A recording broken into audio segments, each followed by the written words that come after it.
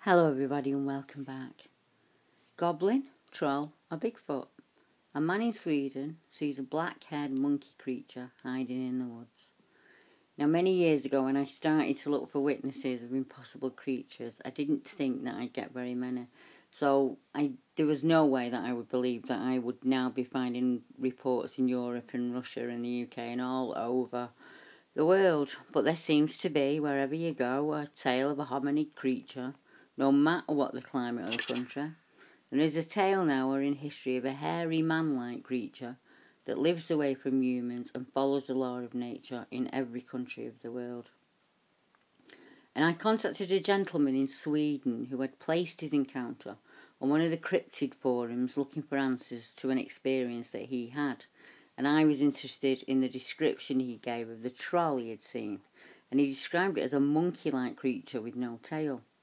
And he'd seen it many times along the roadway close to his home.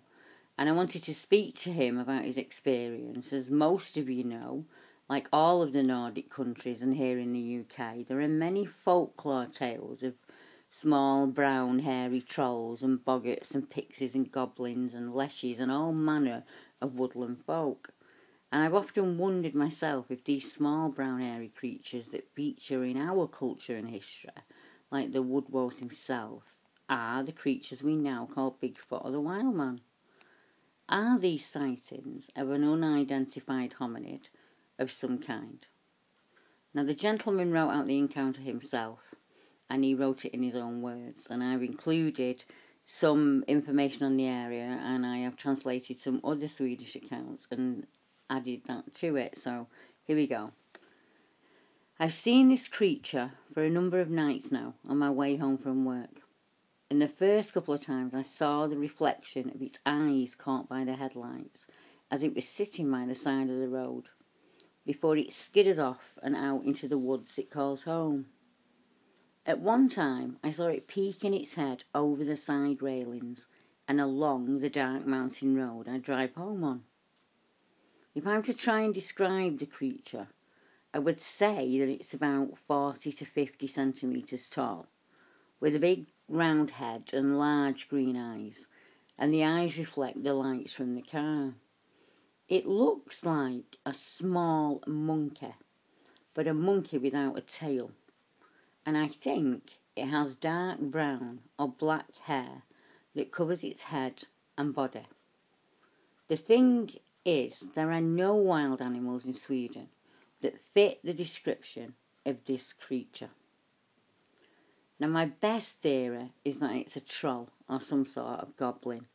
I've heard stories of goblins that live in the woods and burrows along the creeks and rivers here, but I never thought that I'd see one. At least I think it's a goblin. That's the only thing that makes sense about this creature, or as much sense as it can make. It's hard sometimes to believe your own words when you're faced with something you've never thought you'd see, or something you didn't think could exist.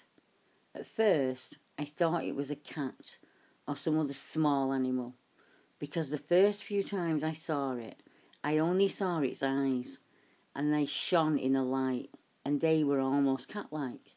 So I presumed it was a cat, as any rational person would. But as I saw more and more of it, I seriously started to doubt that it was a cat or a four-legged creature.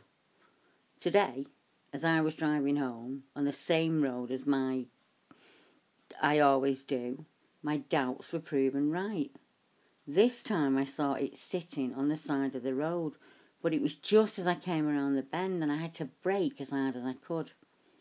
When the car came to a halt, the creature was about 4 metres from my car, and I could see its eyes were staring right at me. I became paralysed by fear, and I could feel my heart pumping. It just sat there for a minute or two, just staring at me with those big green eyes, like it was trying to figure out what to do next. Then it turned around and ran out into the woods, and I lost sight of it. I sat there for a while trying to understand what I'd just seen, but I couldn't wrap my head around it. I don't think I will do much sleeping tonight. I'll probably just think about that creature all night and if I'll see it again. I'm not sure what I saw But as I say, I think it might have just been a troll or something like that. And there are many stories about trolls and goblins. And if anyone else has encountered a similar creature in Sweden or in any other country, please share your experience or knowledge about what it might be. I really need some answers. I wanted to help this gentleman, and I did explain to him that he's not the only person in Sweden to describe a small, hairy, troll-like creature in the woodland. I do know of one gentleman who wishes to remain anonymous, who has had sightings of a very similar type of creature in the Uppsala region of Sweden. And the man was visiting relatives in the area, and he reported a large, hairy, light-coloured ape-like creature that crossed the road in front of his slowly moving car. Now, the weather conditions were very bad, and there was very little visibility due to the fog. But the gentleman said someone moving quickly across the road ran out in front of the car. They didn't run like a human, but moved more like an ape. Arms swinging and all one colour. Now, there's also another account, or a series of accounts from 1985, and they would be in the Hälsingland area of Sweden. And there's a blog called Strange Creatures in Europe, and it features a story that relates to hunters in the forest in the Hälsingland area of Sweden. The story was featured on an episode aired by the Swedish radio channel P1, and P1 reported a tale about strange unknown growls in a province of Hälsingland. Now, two elderly moose hunters described how they had been tracking something big and smelly for a long way through the woodlands, and when becoming frustrated that they could not keep up with this unknown animal, they finally released their dogs to give chase. Now, the dogs came back with their tails between their legs, and they were terrified, said Carl Johansson from Bollnäs. An earlier report comes from the Voxna region of Sweden, and was reported by a lady who had a frightening experience in the woods. And the Swedish blog states a woman who wants to remain anonymous went out to a recreation area of Voxna to clean out the family cabin for the waiting summer. After a short while inside, she suddenly heard what she described as pretty heavy feet moving around outside the isolated cabin. She sensed that this was not your ordinary intruder, and was so scared she actually hid under the bed. She said, "I never saw the creature, but when an hour had got past, I got up and I went outside, and I found giant footprints in the garden and around the house in the snow."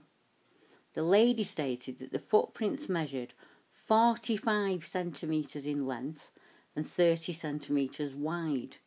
There was plenty of them, but she had no knowledge of making plaster casts and didn't even consider that, as the phenomena of the Swedish Bigfoot had never come up for her before. She knew what she was experiencing, though, was neither human or animal, and the tracks were almost human in shape, but quite large. It was on hearing about the next report in the region that she made her report. And as little as a couple of weeks later, two teenage girls in the same area of Snar were skinny dipping in the nearby pond when they suddenly heard someone or something moving about in the thick undergrowth on the shoreline.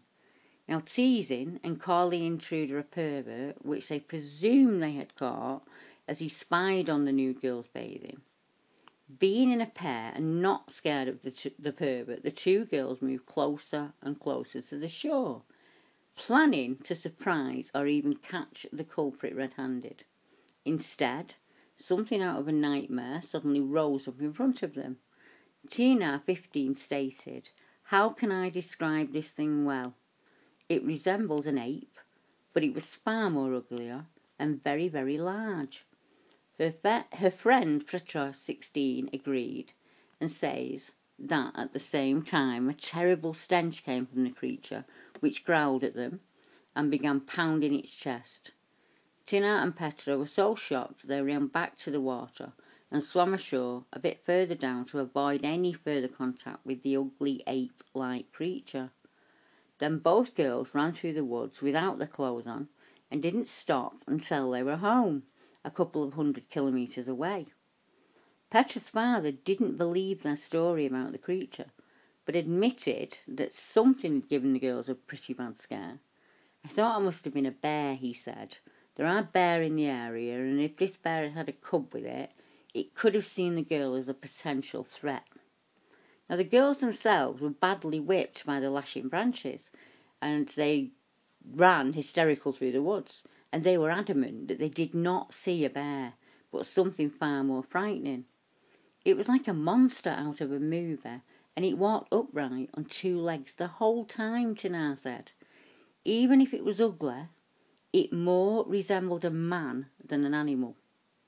Now, the area where these possible Swedish Bigfoots have been seen, or where they've been seen, is extremely inaccessible, even dangerous, say some locals, except for the part where the cabins are located, and it has many small lakes and swamps. It's located just south of Vulnar, and cutting through it is the famous Helsing Trail, and that's a walking path that goes both lower and higher ground across the mountains. Now, a couple who are local to the area reported some strange creatures on their land.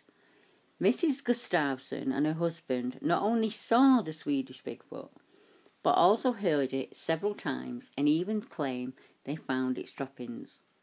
People in the Swedish Fortean Society, unfortunately, don't react to this as cryptozoologists should, stated Mrs. Gustavsson, and consequently they didn't collect the evidence or take a photo of the prints or droppings.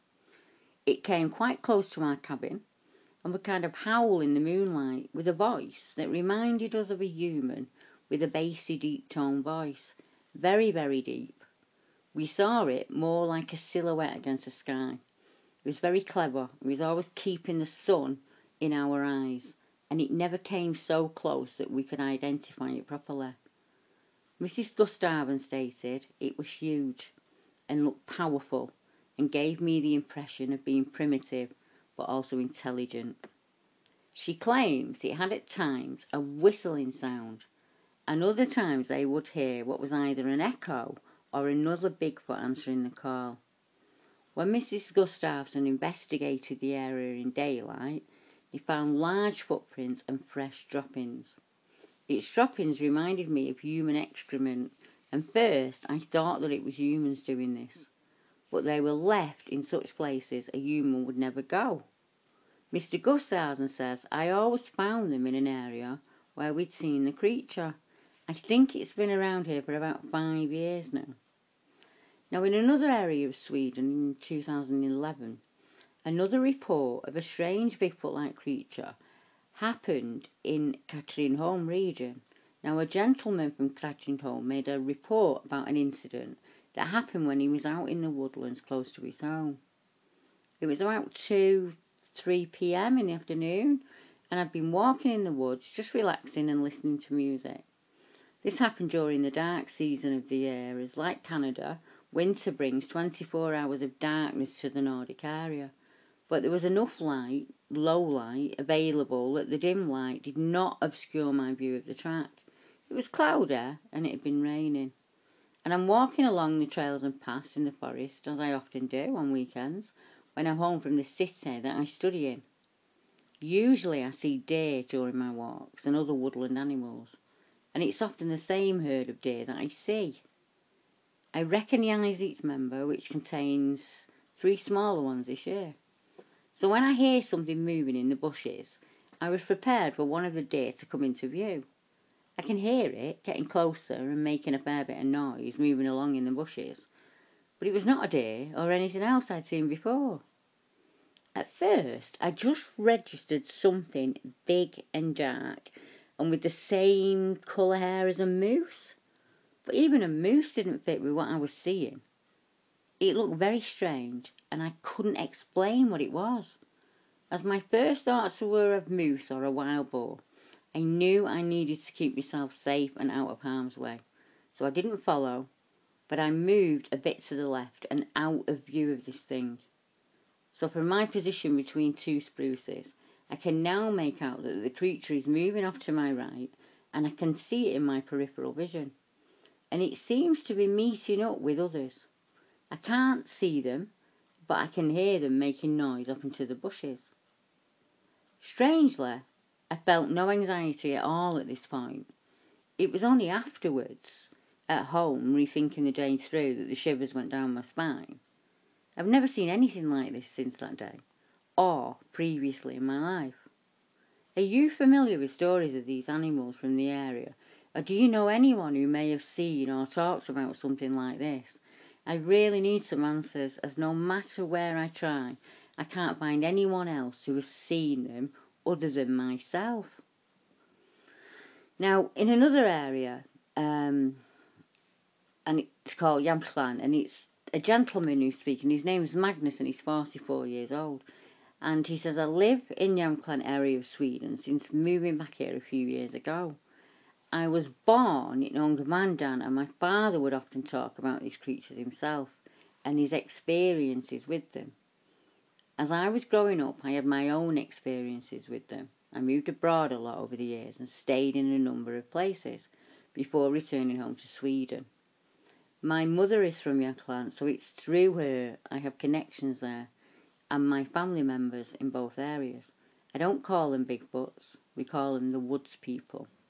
Now the Sami and the older tribes people have a different name for them, but I don't speak Sami, so I can't pronounce the names. It's easier for me to call them the Woods people, as I don't know what they are.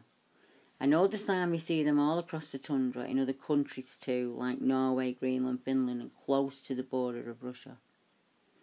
Now the area itself is ideal, as it's very steep terrain. It's a river valley with mountains on both sides of the river, and the mountains are only about 400 metres high, but very steep. The forests in the valleys are mixed forests, so you get both coniferous and deciduous trees. It's very sparsely populated, and there can be several hundred metres, up to a kilometre between each house in the area. Where my mother lives, it's 700 to 800 metres to the nearest neighbour, so her house is surrounded by thick forests. In 2001, when it rained heavily over most parts of Sweden, we had many landslides on the mountainsides on the opposite side of the river from where my mother lives.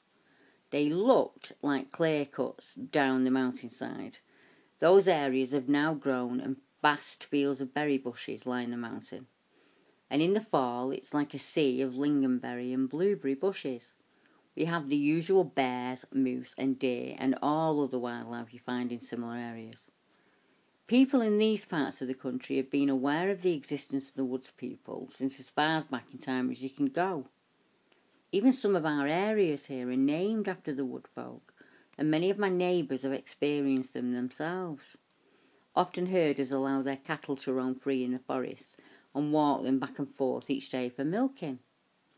It isn't that people don't want to talk about them, it's more that nobody is listening.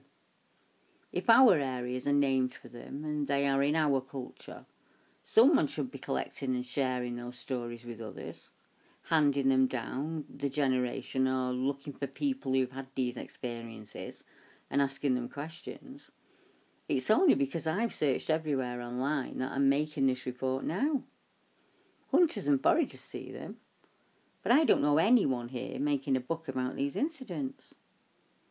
People seeing a human-like creature out there in the forest that are completely covered with hair and much bigger and stronger than us is pretty important in my eyes.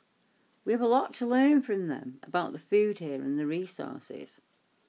Where I was growing up in Ångermanland, I used to go hunting with my father in both summers and winters. We were staying in a hunting lodge that belonged to the factory they were working at. When we were staying there, the hunters always talked about the importance of being aware and to always behave well when being in the forest. They talk about the others who lived in the forest that were not like us, and they also talked about the other beings like the Vitra. A Vitra is a nature spirit, a type of mythological creature very common in Scandinavian mythology. Elves, dwarves, Jagnak, a Vitra. A Jagnak is a Scandinavian giant.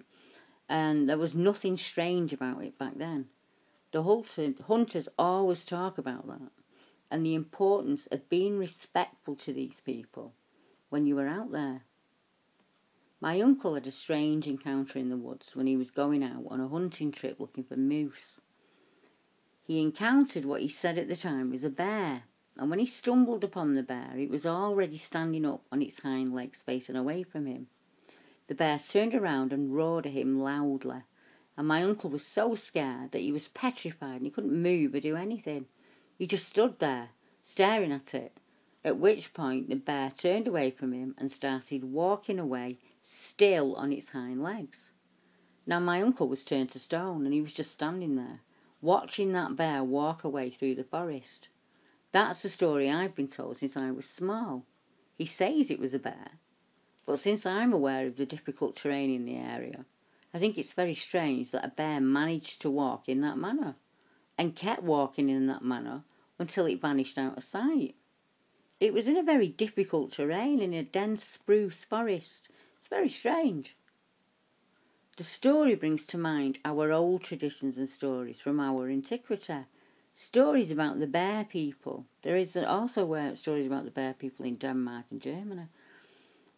When you are talking to people, many of them are telling stories about seeing strange things in the forests around here. And the common denominator in all of the stories you hear about the woods people is that they always behave in a friendly way. They're not intrusive and will leave people alone. Neither do they destroy things. On the contrary, they're often quite helpful. If it has something to do with other animals, they're very helpful, oddly enough. One might think that they should be more afraid of humans, but it seems that they're not. As children, you are taught to just respect them and respect the forest themselves.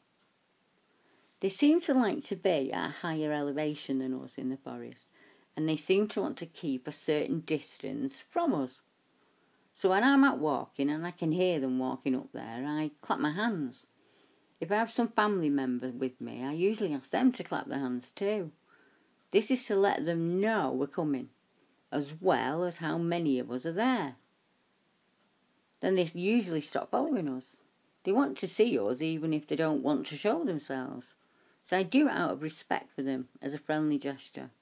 It's my way of showing them so that I know they are there and that I have no intention of bothering them. Sometimes I pop my mouth. I don't scream in the forest or bang trees and such, which I've seen some people do, even though they themselves are doing so. We don't know why they do it or what it means, so it's not something that I do.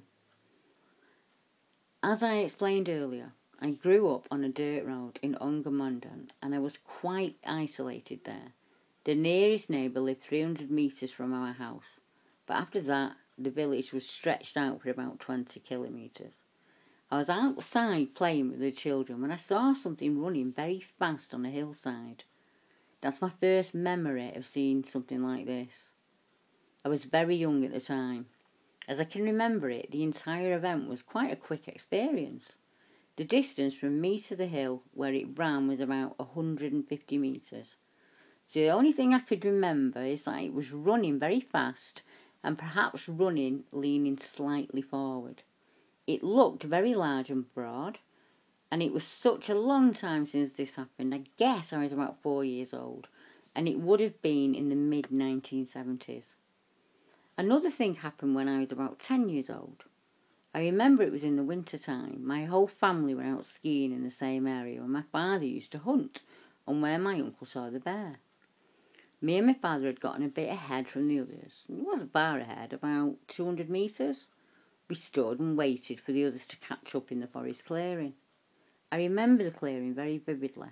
On the right side of us, it was all spruce, and there was a birch forest to our left, and after that a lake within about 100 metres. It was like a row of relatively large fir trees in front of the fir forest where we stood waiting. Suddenly, one of the large fir trees we were standing by started shaking violently. It wasn't like when the snow was falling off the tree and you can see how the branches are moving up and down because of the weight. But it was shaking really heavily. Just one tree, all the snow fell off the tree. I remember very clearly how my father stared at me with big, wide open eyes and said, "It's only snow falling off the trees." I was just staring at him in shock. Then he said, "Let's get out of here." That was the clearest experience I can remember from when I was young. And that experience has followed me through my whole life, and I've never been able to forget it. Many years later, when I was married, my father-in-law and I had worked in the hay barn for a few hours on one occasion, and we made quite a noise while working there. When we went inside the house for lunch, I left the recorder in one of the logs there, which was facing the forest. We'd had a lot of activity, and I was trying to capture who or what was doing it. What you can hear on the 45-minute tape is me putting the recorder in there and leaving. Then nothing for about 25 minutes. Then you hear something is walking closer to the barn through the grass. You can clearly hear how someone is sniffing the recorder and trying to smell what it is. Then you hear it, whatever it is, doing something to the wall and to the roof plates that are leaning against the barn as rain cover. A lot of very loud banging and the sound of it tearing something apart. It gets very loud all of a sudden. And after that, it's like you hear it of them suddenly disappear through the grass away from the barn. 10 minutes later, you hear me and my father-in-law come walking down the gravel road, and then you hear me picking up the recorder and turning it off. I have another sound recording when I left the recorder on for about 5 hours. There's been a whole bunch of events that have happened over my lifetime, really. One thing happened quite recently, and I believe it was in the spring of 2016. It happened to me and my daughter. It was very late in the evening and it was pitch black outside. We were sitting in the small cottage at the site looking out. I grabbed a flashlight and shone it against the steep incline area at the back of the house. The steep incline extends past a small meadow area of about 80 square metres, and at the end of the meadow is a small avalanche area which meets up with the incline. Over in the direction we saw something which I at first thought was street lamps shining, and I thought it was strange as the street lamps stood by the road near a power plant, and that was down at the river. That was a good 300 metres from the cottage, and the lights I could see were quite close to us. There were two lights quite high in the air, and we just stood there looking at them. Me and my daughter were gassed. Then the lights moved off to the right, about 30 metres from our perspective. And then the lights went down, as if the thing emitting them squatted and moved down closer to the floor. After a while they rose up again and went back to their original position. Then it looked like something was blinking its eyes for a little while.